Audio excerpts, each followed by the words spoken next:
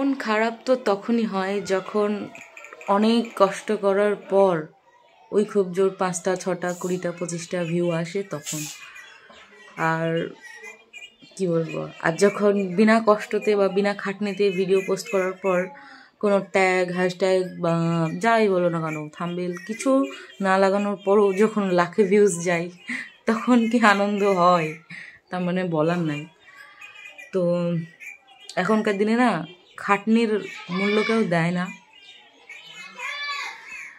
সত্যি সত্যি যে চোর, তারপর ডাকাত, লোকের পয়সা মেরে খায়, তাদের মান সম্মান আছে।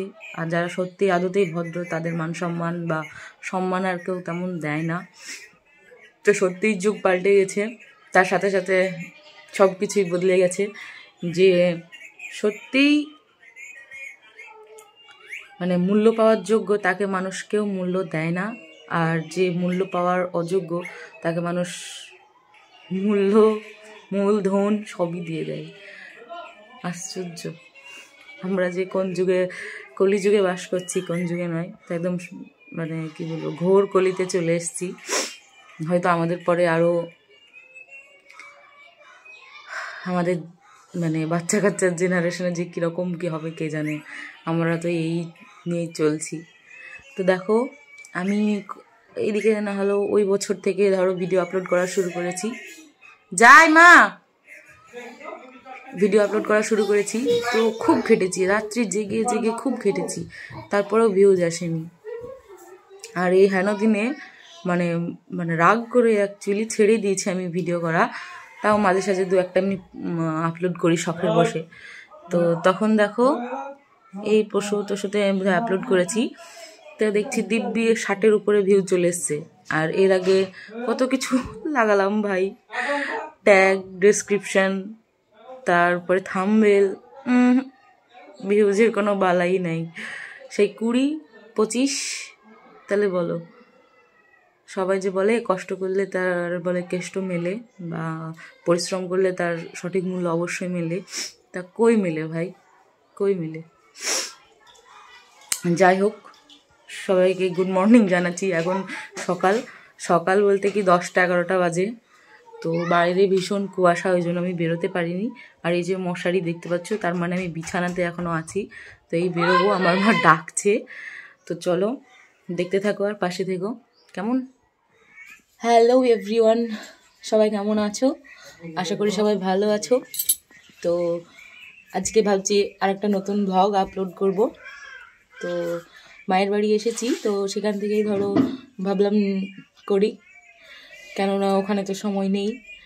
তো সেই জন্য ভাবছি এখানে করি। আর এখানে না একটু ভালো নেট কানেকশন ভালো দেয়, তো ওই জন্য ধরো ভিডিওগুলো আপলোড করার জন্য মানে মনটা একদম আনচান আনচান করে।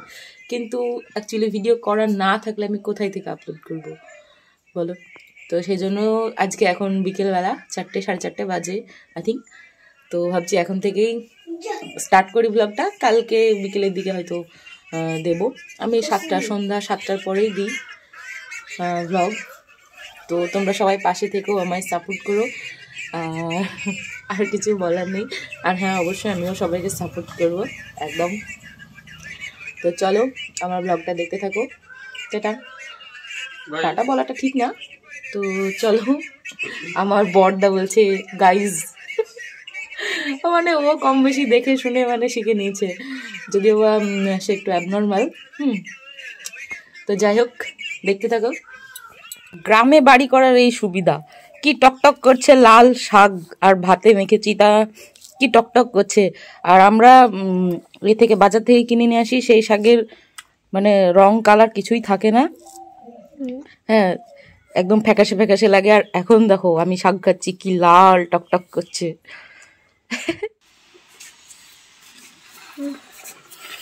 এই দেখো এনে দিলাম। তোরা তো ভালো কালা পেয়েছিস রে। এবার খা। নীল লাল শাক দিয়ে ভাত খাচ্ছে, বাড়িতে খায় না, এখানে খাচ্ছে। দেখো দেখো দেখো, এই দেখো, ভালো হয়েছে নীল, খুব ভালো হয়েছে। ও এই রামথারি, এই রামতড়ি রাম ছাগলের মতন হয়েছে তো।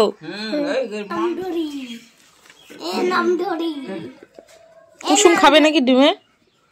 না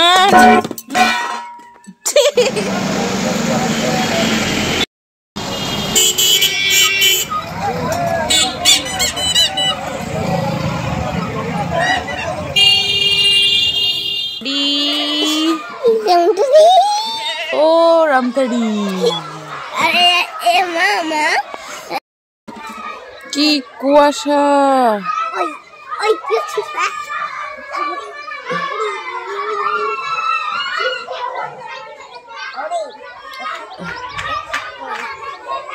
ওই যে ওইখানে একটা ভাটা আছে আর কি ভীষণ কুয়াশা।